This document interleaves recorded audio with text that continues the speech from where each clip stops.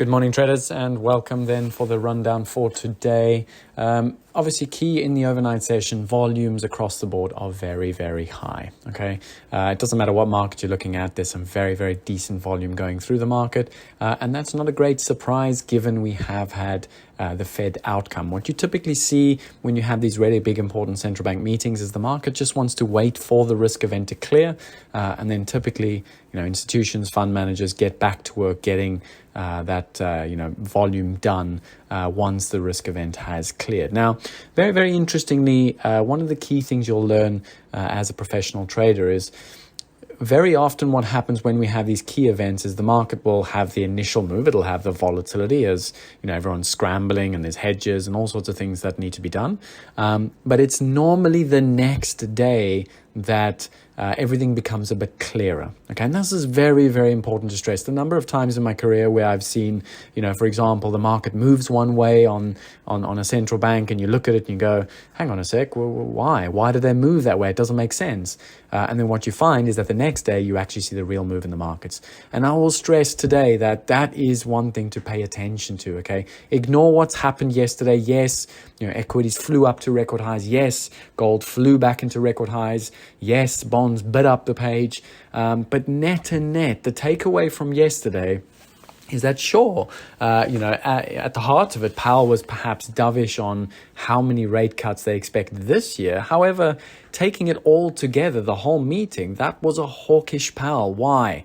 Because what they've done in essence is they said, look, we will cut 3 times this year because we need some insurance cuts. What do we mean by an insurance cut? Well, basically, we'd rather cut sooner and give ourselves, after cutting, give ourselves time to assess the data. And if we need to speed up that rate of cuts, we can. But equally, we can pause and hold off and watch the incoming data. So they're going for this idea of an insurance cut. Why? Because it's been one of the fastest, steepest rate hike cycles on recorded history. Okay, so very, very important. The Fed is going for an insurance cut approach. However, what they did yesterday and why they were hawkish on rates is because they said, well, look, because we are going to cut sooner, it means that given we're going to cut sooner, our inflation forecasts are probably going to be a little bit higher than expected, but we are comfortable accepting inflation getting back to its target over the next 2 years. Okay, if you look at the dot projections, they only expect inflation to reach their target in 2026. All right, now what that means is that instead of cutting 4 times in 2025, they now only expect to cut 3 times. Moreover, the long run neutral has ticked up as well to 2.6 from 2.5. So what they're saying is we're going to cut less and we're going to get to a much higher level of interest rates that we think is required to keep an equilibrium, or at least an R-star level where the economy is not, there's not too restrictive or not too accommodative. Okay, that's the key takeaway from yesterday. Not the fact that they were dovish and now they're going to cut more. No. They told us in December they're going to cut 3 times this year. And guess what? They told us yesterday they're going to cut 3 times this year. All right. So what you saw yesterday was more of an unwind of the hedging that was taken out before the meeting. Why did we have that hedging? Well, because there was a lot of expectation that Mr. Powell was going to say, look, the recent inflation is a concern. Now, what I must stress for you is that he didn't completely downplay it. Powell did show some concern whilst he brushed it away and said, look, we think it's due to seasonal facts. At the same time, we cannot just ignore it. And what he told us, and this is the key takeaway, he told us that the next batch of inflation data, which we get PCE next week, and then obviously the inflation in the middle of next month, those two are absolutely crucial. Why? Because they want to know if this is a bump or something more. And he used that specific word, bump or something more. Is this a trend or is this a bump? In other words, should the PCE next week come in line with expectations, that will be good enough for the Fed. Okay, the markets will react dovishly should the PCE come in line with expectations. Should it come in lower than expectations, you can almost guarantee, that the markets are going to price in 100% likelihood of a rate cut in June and even bring forward a potential rate cut in May. Why? Because Mr. Powell told us yesterday as well that should the data deteriorate, they will not be afraid to move it into meeting. Okay, the Fed desperately wants to begin the process of cutting rates. Why? Because like I said to you, they prefer to take an insurance cut and then allow some time for more data to come in. All right. So what does this all mean? Well, what it means is you need to pay attention today, particularly to the bond curve. Why? So I posted a chart there for you. It's the 2-10s curve. Now, because of what came out yesterday, we should see steepening. We should definitely see steepening in the curve. Why? Because they're telling us near term, they are going to cut sooner than expected, i.e. June, but longer run, they're going to have a shallower path of rate cuts. So we should see a steepening effect. However, we shouldn't have seen a bull steepener yesterday. If anything, we should see a bear steepener. Why?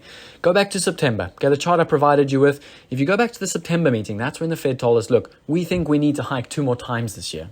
Okay, and what we saw as a result of that was we saw the front end, the 2-year, drive to the downside, and we got a very aggressive bear steepener. Why? Because they were being hawkish on rates.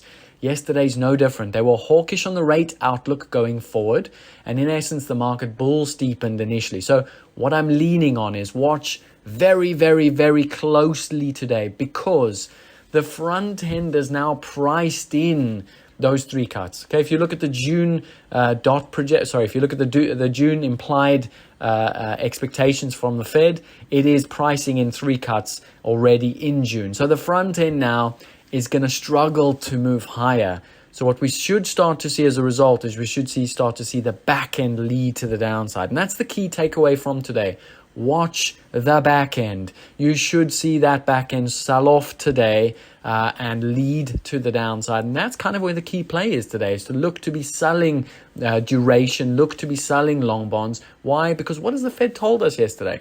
They've told us we will tolerate higher levels of inflation over the next 2 years. We will also accept that we're not going to cut as much as expected. And what that also means is that they're going to allow a higher level of growth, or a hotter economy ultimately. And all of that means we should be seeing higher longer dated yields, not lower longer dated yields. So watch that long bond today. That's where the action is going to be. Don't be surprised if you see a really hard offer come into the long bonds today, tomorrow, over the next couple of sessions. Okay, so keep an eye on that. That's one of the key plays for today's session. Now, we have had some interesting news out today from the Swiss National Bank, and I think it's very important what they've done. They've cut unexpectedly. There was a little bit of pricing, around 28% expectation for a cut, but they've gone ahead and cut. Why? Because they've actually downgraded their inflation forecast for this year quite substantially. They downgraded it from 1.9% to 1.4%. Now, why does this matter? Because if you go and look at the central banks, if you look what the ECB told us, in their previous stance, they said to us, look, we need more data, we need to wait, etc., etc. In reality, what they're waiting for is they're waiting for the Fed to move. Okay, and what the Fed's told us yesterday is they've actually shifted the goalposts. They've said, well, look, we are willing to do insurance cuts and then wait for more data. We're not going to hang around and we are going to prioritize growth. Whereas if you look at the ECB and the BOE, they've told us, well, look, we'd rather see inflation get back to 2% before we start to prioritize growth.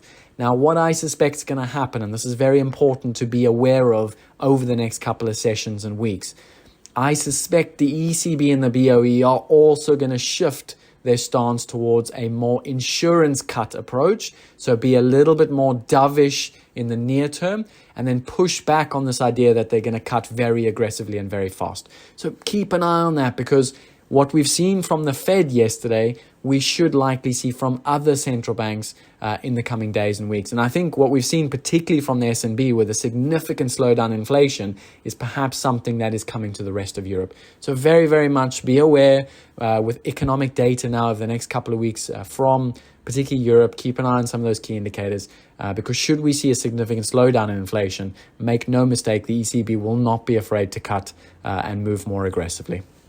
Okay, then in terms of, we have got BOE today, which is going to be quite an interesting one. Like I said, quite revealing. My hunch suggests that, look, yes, inflation is hot in the UK, but remember, the UK economy stagnated. They are not growing, and the BOE would want for nothing more than to begin the process of cutting rates. So watch very carefully. Do they adopt a similar stance to the Fed and say, well, look, we'd rather cut sooner and then allow for more data to come in and determine how much quicker we cut based on that data. And so just keep an eye on that. If they pivot today, you will see pretty much all global central banks start to move in that direction of insurance cuts to safeguard a potential recession. Okay, otherwise, keep an eye on this afternoon. Like I said, very, very high volumes, some really good, sort of tradable opportunities today. If there are any questions with regards to the central banks, do post in the Discord channel. Otherwise, good luck for today's session.